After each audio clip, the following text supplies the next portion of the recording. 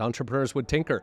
You did not have to get a license to tinker back then, from the airplane to electricity. I mean, all of these things were random guys, and they would come up with an idea, and then they would seek out funding. So that's basically the Elon Musk model. I would hazard that Elon Musk has come up with a heck of a lot more innovation than, let's say, Harvard University. Generally, younger Austrians are almost universally pro-Bitcoin. Older Austrians are almost universally against it. They tend to prefer gold or some other straitjacket on fiat. Because I think for the younger Austrians, they understand that the key question is not gold per se. The key question is hard money, right? If you just sort of imagine the planning meeting, the bureaucrats sitting around, what are we going to do about COVID? And some junior guy shows up and he says, hey, I got an idea.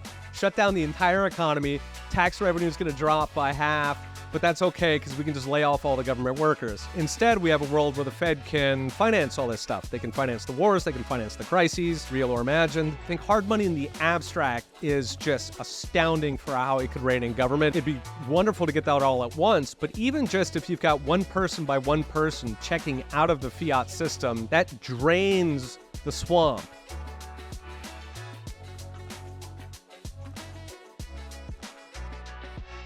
This podcast is entertainment, not financial, tax, or legal advice. Views expressed represent statements of the speaker in their individual capacity, do not represent the views of Unchained, and should not be considered investment advice. Speakers often have personal, family, or business connections to Unchained, which may include direct financial benefits. Please see our disclosure at unchained.com/podcast.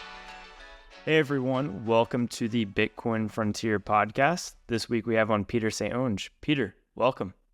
Thanks for having me on, Joe. Yeah, thanks for coming on. Let's go ahead and get started. Can you share a little bit about your background and why did you decide to get your PhD in economics? Yeah, I got my economics degree for undergraduate up at McGill in Montreal. And of course, we didn't learn anything about Austrian economics. I'd never heard of Rothbard, Mises. You hear of Hayek because he got the Nobel and his stuff on price theory. But never, I'd never heard of Austrian business cycle theory. Really, in modern economics, the world more or less begins with Keynes. And then, you have little pieces sort of pulled out of the ether before him, like Adam Smith or Marshall, but really nothing from Austrian.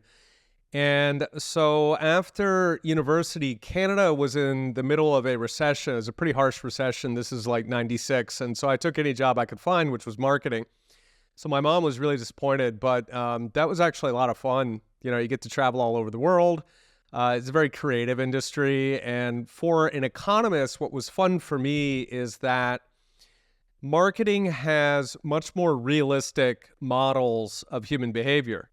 Because you got to sing for your supper, right? Like if you've got some unrealistic model, then you're going to lose money and you're going to be out of the business, right? So to me, it was interesting going from econ to marketing, where on the one hand, the econ I had learned had crap models. They admit they're crap. They say, well, this is a simplified version, so the math is tractable. Well, okay, so then it's an inaccurate model. So why are you even bothering? Like maybe find something useful to do in life. It becomes this useless philosophical exercise. And on the other hand, marketing actually works. But the thing with marketing is there's almost no theory to it, right? It's kind of rules of thumb, like, oh, the customer has to hear about your product 7 times and they'll buy it. It's kind of like, why? Like, what do you do with this? And so what was interesting for me was sort of applying econ to marketing. And then I stumbled across... It was actually Mark Skousen's book, The Making of Modern Economics, and that was my introduction to Austrian economics, which is funny because Mark is not an Austrian economist in the least, but he gave it kind of a fair representation. He's got this little totem pole, where he's got Marx at the bottom and Keynes is almost at the bottom, and he had Austria in a nice position there. I said, okay, this is interesting, never heard of this before. And so for me, it was a eureka moment because Austrian bridged that gap between the accurate world of marketing, but with almost no theory, and the completely silly world of mainstream economics that nonetheless had, lots of scientific backing, but it was false. And so anyway, that is what brought me to Austrian economics. Got really deep into it. I then took a job. I was actually in corporate marketing for Takara Corporation, which made the Transformers. So big toy company.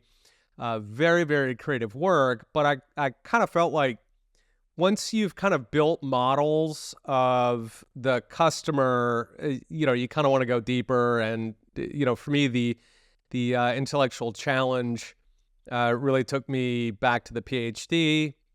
I'd also gotten lucky. I put all my money on .coms in the mid-90s, and so I didn't have to work anymore. So went back for the PhD more or less for fun, which was George Mason. And George Mason is kind of the mothership, at least back then, of Austrian economics. It was pretty much the only place that you could go for Austrian. Of course, what's funny is that Mason also has a really low ranking as a school. It's more or less a commuter school. So it's like a collection of people who are getting their night degrees in criminology combined with like a bunch of like philosophers who are really brilliant who want to learn about Austrian economics. So it's kind of a funny school, but the end result was that I came out with a PhD, and anybody who goes into academia, the standard advice is get the best degree you can, because academia is extremely status conscious. And so even if you've got brilliant ideas and you're an amazing teacher, you are your school ranking, right? So I had traded McGill, which is this really prestigious school, for, more or less Harvard by the highway. And so, you're basically unhireable in American academia. Plus, I'm an anarcho-capitalist. And so as academia started getting more ideological, it became difficult to find a campus where they would hire me. And anyway, I liked living overseas, so we went over to Taiwan. There's a university over there, Fengjia, which had a bunch of Austrian economists, and they were hosting conferences sort of to be the Chinese-speaking world center for Austrian economics. And so they would have Chinese scholars who would come over. There's actually a huge community of Austrian economists in China. It's sort of under the radar. But anyway, so was over there for about 5 years. And that took me to 2019, right before the pandemic. And once Trump came in, the empire sort of struck back and started really clamping down on a lot of things, the censorship, the government control. And at that point, I kind of felt like it was time that we all had to be on the wall, and that, sort of goofing around over in Taiwan wasn't really doing my share. So I came over, joined a think tank in Canada, and then joined Heritage Foundation, where I am now, which is perfect because that's precisely what Heritage is. Heritage stands up to the regime. Our CEO calls it the Biden regime. It has become a very, very based organization. So at this point, I do the daily videos, and then my day job is Heritage, and having the time of my life sort of, trying to push around Congress and see if we can get them to actually do something that's not stupid for once. Yeah, I love it. You have a very impressive background, obviously. I guess in your view, looking broadly at, all of academia and universities all around the world, not just like within the Austrian thought, what do you think about them? Like, why are they where they are today? What do you think about the current state of academia? Yeah, I think it got captured by governments. This was pretty predictable. Depending when you time, the university as an institution has been around for 500 years or more. But really, starting about 100 or 150 years ago, it started to get captured by governments. Prussia was really kind of the prototype for this. And it turns out it's pretty easy. You can just channel taxpayer money to them, or government money from their perspective. And, they'll pretty much say whatever you want. So Rothbard called that the intellectual bodyguard of the regime. And that's, in fact, why Austrians got their name, because the Prussian economists were funded by the government. The Austrians were not. That meant that the Austrians with the crappy school, because the good schools would chase the government money, right? And so, the Prussians would kind of look down at the Austrians like, look at you with your, with your tatty facilities and your old uniforms. But at any rate, so yeah, I think basically government corrupted academia. It was always going to happen. The only way that you could possibly stop it is if there was some kind of strong cultural taboo against getting government involved in academia. And so they were perfectly happy to take government money, even knowing that that would corrupt them. At this point, I think it's really accelerated. Even since I got into academia, it was about 15 years. I think it's actually accelerated to the point where almost if you are a free thinker in academia, you cannot speak your mind. You're putting your career at risk. Heritage recently hired a professor from, I won't name him just in case there's lawsuits, but anyway, they hired him. He had gotten fired from a prestigious school because a guest lecturer said that Ben Franklin believed in freedom, and a student was triggered because apparently Ben Franklin had slaves late in his life, which I was not even aware of that. As I suspect he was not either. And anyway, so he lost his job over that. I mean, it's like a minefield, and who on earth could have predicted that saying Ben Franklin believed in freedom would get you fired? I mean, and that's part of the sort of fear campaign that they run, is that you have no idea where the guardrails are, and so you're groping in the dark. There's holes, there's landmines, and good luck. And so you just have to be as careful as humanly possible, or you have to try to maybe not let on to your colleagues that you're, a dissident, so that they don't misinterpret anything. So I think at this point, I'm just really, really happy to not be in academia. I sort of pity the people who are still stuck there. It's also part of the reason that I generally don't take academics very seriously in debates at this point. They're in a hostage situation. They have to, I'm sure if you give them a lie detector, that they are telling the truth when they, essentially parrot the regime line. But the fact is that the human brain is very capable of convincing you. It's good for your pride if you don't think that you're just parroting the regime line, but you actually think that there's merit to it. So people sell themselves on things. So I think at this point, academia is essentially useless outside of the very few universities that are explicitly free thinking. So you've got some Christian schools, some religious schools more broadly, especially in other countries. You have some schools like Hillsdale or Grove City that are specifically dedicated to free speech or to narratives that differ from the regimes.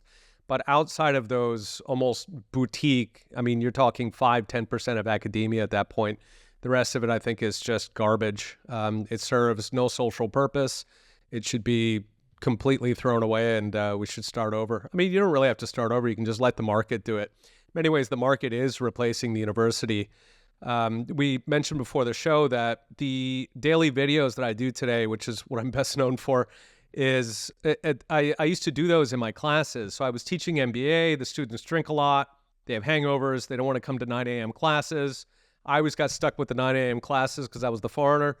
And so I had to sort of tempt students to come in. And so I would do these little fun videos, basically relating the classroom material to what's happening in the news. So, why is strategic management relevant? Because Facebook is doing this and whatever. And students like those, and I enjoyed giving them. Sometimes I would go on and forget to give the lecture. Anyway, so a couple months ago, I was like, okay, well, let me do that again, even if I'm no longer in the classroom. But the moral of the story is that the fundamental purpose of a university that exists, it's much, much bigger than the universities. It's called YouTube and Twitter, blogs, podcasts. All of these things duplicate or replace the original function of the university, which was that, the name itself referred to the idea that students would get together, they would pool their money, and then they would just go out and hire some expert to come and teach them something, right? So if you wanted to learn carpentry, then you would get a bunch of other guys who wanted to learn carpentry, and you'd go out and hire a master carpenter, and you'd pay him, whatever, $100 an hour, and he would teach you how to do carpentry. That is the origins of the university. I believe the universal part means everybody is putting in together, so everybody's gathering. And that's really where it came from. So we have duplicated the university. We have replaced it. You can get sources on YouTube. I mean, today, like when people want to learn something, right? If you want to learn how to fix a door, if you want to learn about sociology, you don't say, I should go back to school and get a degree in it. You go to YouTube and you've learned it in 3 days at worst. And you probably learned it better than you could have in the classroom because you've got, many of the world's best instructors. They're more skillful. They're more knowledgeable. So I think at this point, really, universities are just kind of a government welfare program. They are paid propagandists. They're doing, what they've been doing for 150 years, which is serving the state. They are almost entirely government funded, really all over the world. And so, you're talking to government workers at that point. So like all other functions of government, I think they should be just completely defunded. The one thing that is not maybe immediately duplicated in sort of the wild is arguably the R&D function. Okay, and universities make a lot out of that, right? They claim that, that's sort of the one useful thing that they allegedly do, and then they sort of trumpet that and put that front and center as their showpiece.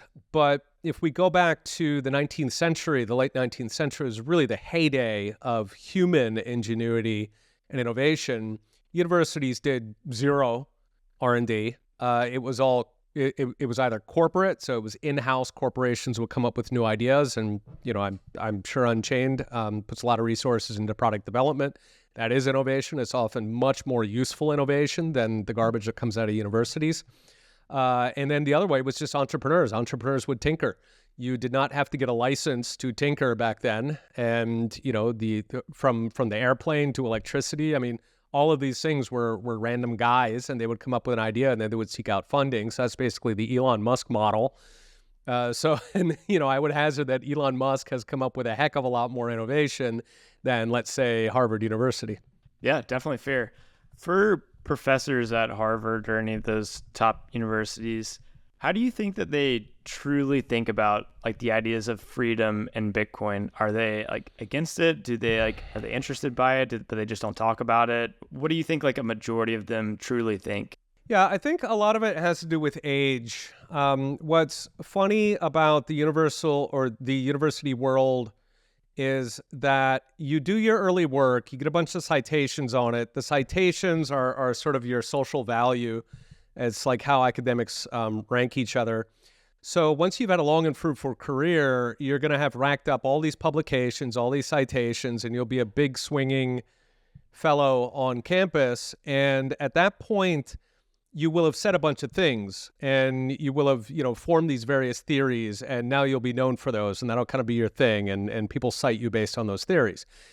And if a new invention or idea comes along that threatens whatever your shtick is, if you come out and agree that what you've been saying for 20 years is now obsolete, then all of that social capital evaporates. You're a nobody now. You're a has-been. You once had wonderful ideas, but now really time has passed you by. And so there's an incentive to just fight it tooth and nail with everything you have and double down and attack it. So, there's a variety of professors who probably come to mind.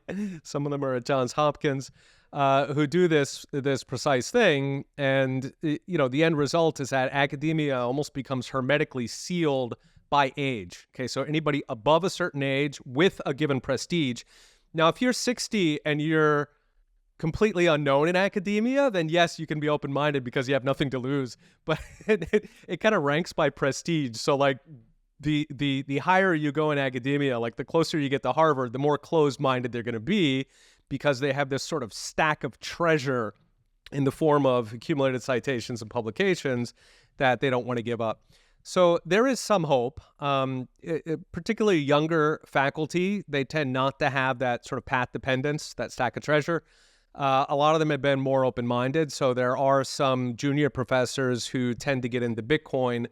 I think surprisingly few, partly just because modern economics has really eschewed theory, right? It's almost become an applied statistics program. And applied statistics doesn't really, they wouldn't necessarily get that excited about Bitcoin per se. I think really Bitcoin is a lot more appealing to the people who understand economic theory, economic history. That's been sort of the bread and butter. That's certainly how I came to it. So I think that for those two reasons, not only is there not much academic enthusiasm for Bitcoin, I don't think that's going to change anytime soon. I think just essentially the old ones age out. Some of the young ones find a way to get publications and citations in Bitcoin, let's say. And then, to their credit, they probably won't sell out like a lot of guys do in Bitcoin. So, they'll be locked into Bitcoin at that point because their stack of treasure will all be Bitcoin-y. But yeah, I'm not real hopeful for a lot of innovation in academia. I think I think essentially never in my lifetime will anything useful come out of academia about Bitcoin. The best we can hope for is that some of them will wake up and actually say non-stupid things about Bitcoin. Fair enough. How about the more boutique, like the Austrian thinking, like universities? Why? So we're 14 plus years into Bitcoin at this point, and I feel like a lot of the more boutique Austrian universities still aren't huge Bitcoin fanatics. Like they're still slow to the game. Why do you think that they're not showing hey, Bitcoin is how we can bring our ideas to the world? Yeah, I think that's just the stack of treasure problem. Generally, younger Austrians are almost universally pro-Bitcoin. Older Austrians are almost universally against it. They tend to prefer gold or some other straitjacket on fiat. But yeah, young Austrians, I'm not sure. I mean, very, very few of them are anti-Bitcoin because I think for the younger Austrians, they understand that the key question is not gold per se. The key question is hard money. And however that hard money comes around, you get to the same outcome. Fair. Yeah, I mean, gold is interesting because I guess it's been around for 5,000 plus years, and you have these old professors that I guess have their stack of treasure that they don't want to discard or discredit, and so I guess they still get stuck on it. But it's kind of mind blowing to me. I feel like they would at least have some sort of open eye to Bitcoin, like, hey, this has potential and this is interesting. Yeah, you would think. But I mean, certainly the younger ones do. I think there's a huge understanding of that. And, I think gold does have a role to play. I'm trying to think of the meme, something like gold's main purpose in life at this point is to explain Bitcoin to boomers. And I think there's something to be said for that.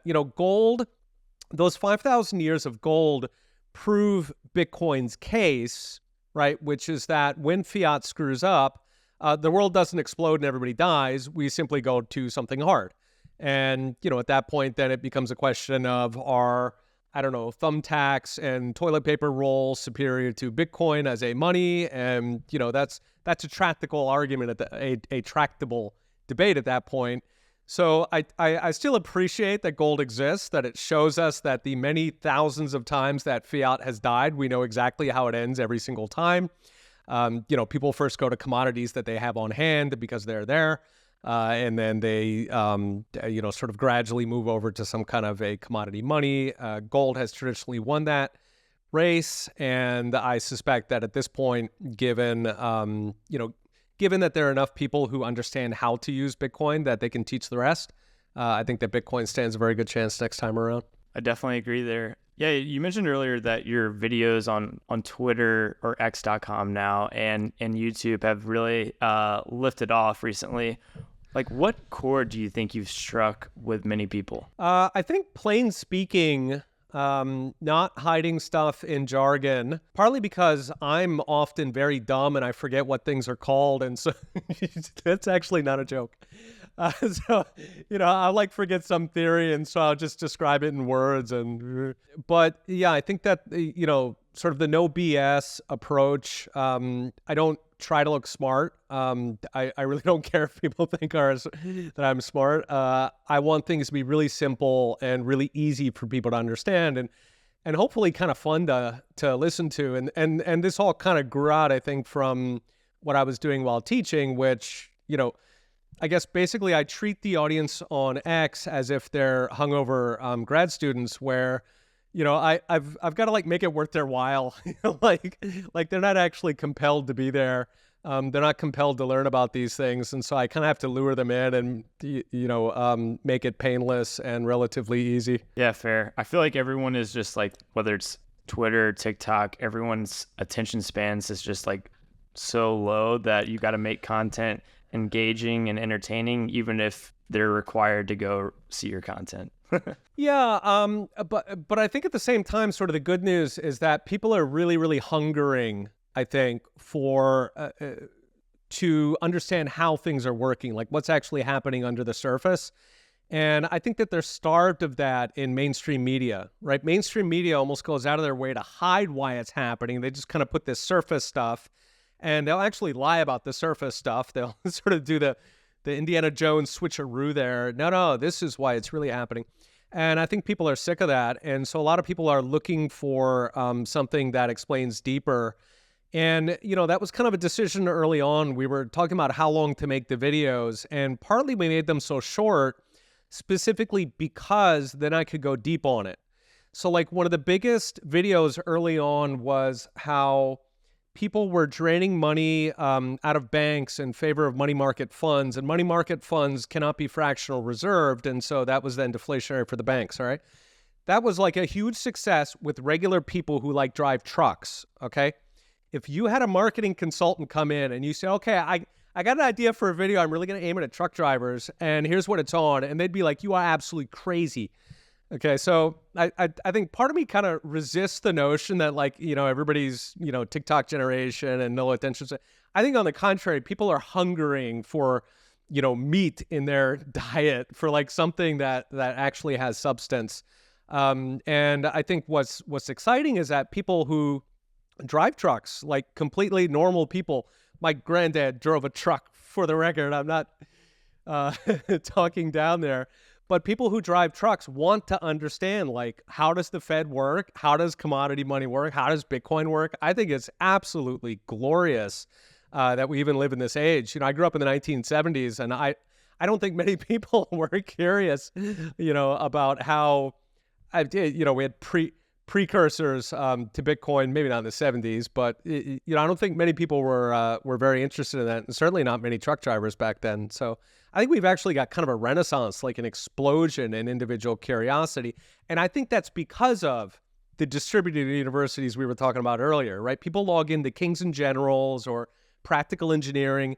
They're like most, I think, especially on our side, most people, like, they're not watching, reruns of sitcoms. They're literally watching educational videos because it's fascinating. Like YouTube and now Twitter have kind of taught people that educational videos are actually a lot more fun than the garbage that Hollywood puts out. Yeah, that's a good point. Very good point. Yeah, I mean, your videos are awesome, right? Like, I feel like as we talked about, you do a great job of explaining these very complex problems in ways that normal people can understand. And I think one thing that's also interesting is you always show that the government creates some sort of like temporary short-term solution. What do you think is the real long-term solution to a lot of these problems? Yeah, I think it's pretty simple. If you're in the U.S., the 10th Amendment and hard money, you get those two things, and we're pretty much all set. We can, turn back the clock. They're, not going to happen unless there's a catastrophe, unfortunately. And then, I think in the longer term, the U.S. Constitution, I think, really solved the governance problem.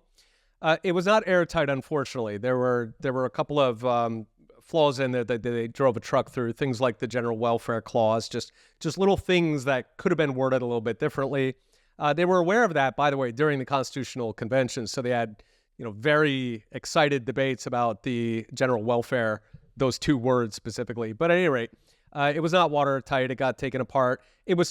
I think the founding fathers would be amazed how long the Constitution held up. Lincoln drove a truck through it, but it healed. Wilson drove a truck through it, but it healed. FDR, unfortunately, we haven't healed from that yet. But I think the founding fathers would be pretty impressed. I think in terms of long run, for a lot of other countries that are not so blessed to have the American Constitution, I think probably the single biggest sort of magic solution. I have to be careful on wording today because we live in this age. The magic solution would be just smaller polities, tiny little countries. When your country is really small, it just transforms people massively. Like, people actually care about the government. They actually feel like they make a difference. They bother voting. They bother getting involved. They don't send $100 billion to random dictatorships. I think just you get this real transformation. And so they knew that, when the U.S. was founded, it had a population of about 3 million people, right, which would make it essentially a micro-state, not quite, but close. And that was split into 50 states, right? So I think like the biggest state had, 400,000 people or something. So that's the size of Luxembourg. So I think that's part of the reason the Constitution worked so well. People actually cared, right? People went and voted because their vote actually mattered. They could actually make a difference. And I think once you've got these empires with 325 million plus people, that's just impossible. And, we can get close to it in a U.S. context just with more federalism, which is how the system was supposed to be built anyway. So you push as much power as possible down to the state level. Really, it'd be nice if we kept going. So the county level, the town level, the neighborhood level, basically anything that can be handled at the lowest level possible. So the streets should be cleaned at the town level. Ukraine should be funded at the town level, in which case they won't give them a dime. So that's sort of my ideal for how to fix it in most countries. But I think in the U.S., we really have an unfair advantage simply in the Constitution. So sooner or later, I think we'll get a Supreme Court with spine.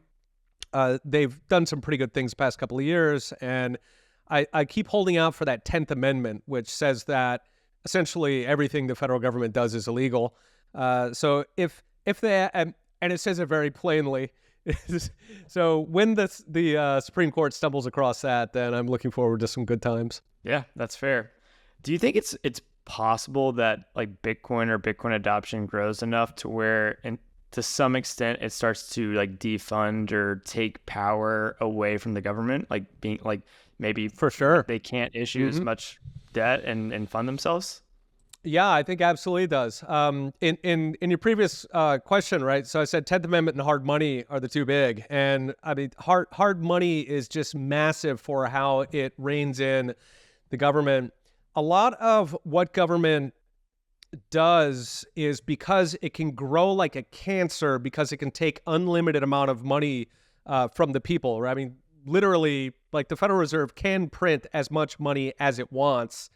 If you print enough money, you can essentially buy everything in the world.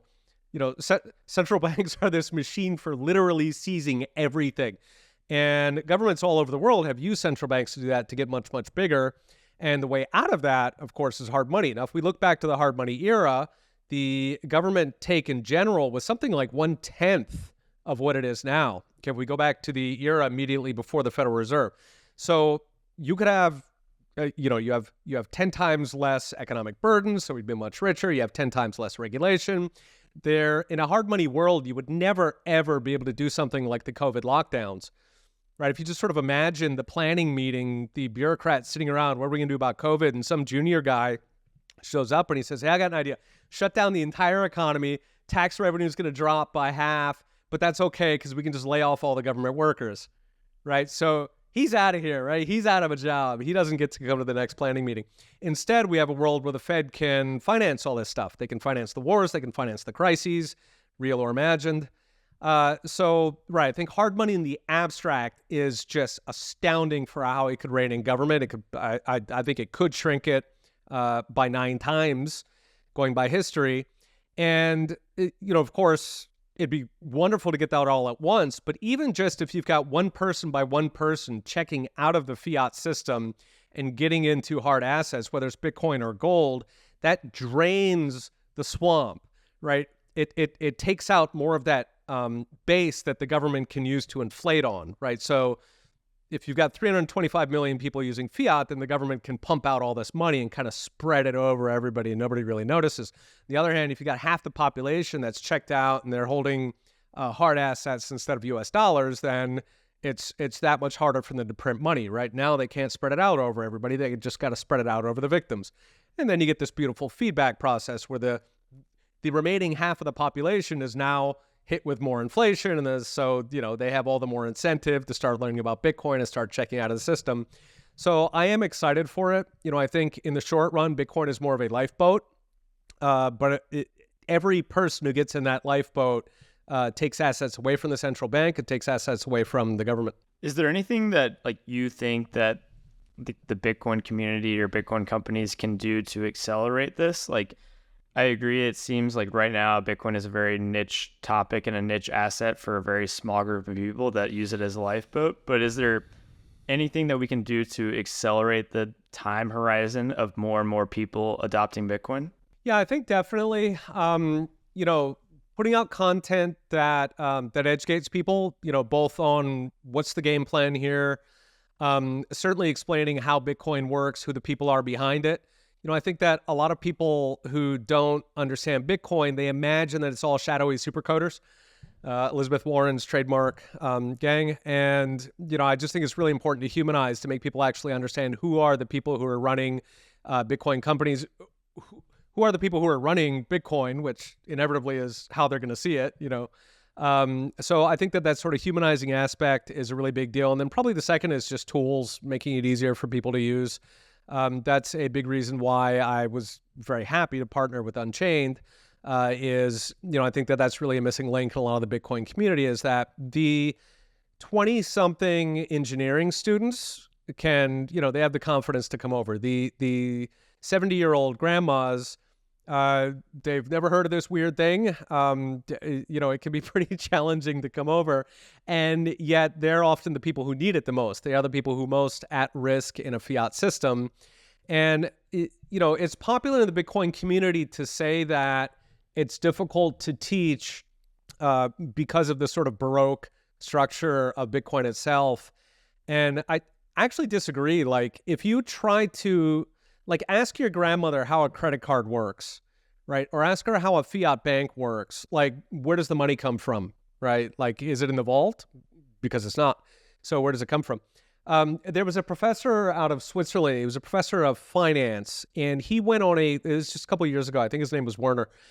And he went on this quest to discover how money is created. He literally did not know, how banks create money. And so he did a loan from a local bank, Swiss bank, on the stipulation that every step of the process, he could sit next to the person to understand who did what on how the money was actually created. Okay, he did not know. He was a professor, like a practicing professor of finance, all right? So whereas Bitcoin works exactly how your grandma thinks money works, all right? She thinks when she puts $1 in the bank, it may as well be in like the coffee can on top of the fridge, right? She thinks that's an actual coin, all right? And economically, Bitcoin is exactly that. It is an actual coin. It's there. It's not magicked up. It's not rehypothecated. It's not conjured up by, late night strip club visits with Jerome Powell, right? It's an actual thing. So, I think, honestly, Bitcoin is actually, we have like an unfair advantage. Like, economically, we're extraordinarily easy to explain, and we're one heck of a lot easier to explain than fiat banking or any of its derivative, companies like credit cards and things like that. Yeah, it is pretty funny. It's very counterintuitive, I guess, to like older people that may have just grown up in the dollar system and don't even really know how the dollar system works. And that's what's fun with Bitcoin, I think, is that, grandma has no idea how a credit card works. Excuse me. She has no idea that her bank has lent her life savings to Argentina. Okay, she doesn't know any of these things. And she doesn't need to know these things because from her perspective, it works. All right, the bank is still there. The credit card, I don't know how it works, but by gum, you can buy it, and then later on they charge you for it, and it works. And so I think that, we don't necessarily have to reach the entire population with the full Bitcoin education. The goal is to sort of seed the forest enough that you can regrow everything else, right? And so as long as you have enough people in enough countries who then are proselytizing Bitcoin, and, of course, Bitcoiners are like the most famous in terms of the passion, the proselytizing sort of spirit that we have as a community. And then, eventually you get to a point where when people see everybody around them using it, then they say, I don't really care how it works. I see it works. Everybody I know uses it every day. And then you get that sort of credit card type situation where they don't care, they use it anyway.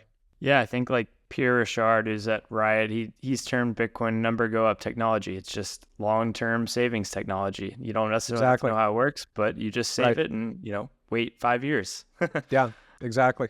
Last question, then we can probably go ahead and wrap it up. Where do you see the world and Bitcoin in 10 plus years? So kind of the moving parts, I think, are Bitcoin uptake and global financial crisis. I think in the 10-year time frame that we're not going to have an existential financial crisis. I think there's a good chance that we'll have like a 2008 on steroids. But really, 2008 just ended up in a whole bunch of bailouts. So, there'll be a lot of thievery, but gold didn't come anywhere close to replacing fiat in the 2008 crisis. So I don't think that we're looking at a global financial crisis in that time frame. In like a 40-year time frame, I think that it's a lot more likely. And so if we're looking at specifically 10 years, then I think we get essentially more of the same. We get ongoing inflation that I think is going to be a lot higher than it's been over the past couple of decades. I do not think it's transitory. And so, we could get maybe even a 1970s type scenario. What happened in the 70s is that hard assets just absolutely skyrocketed. So gold and silver went up about sevenfold.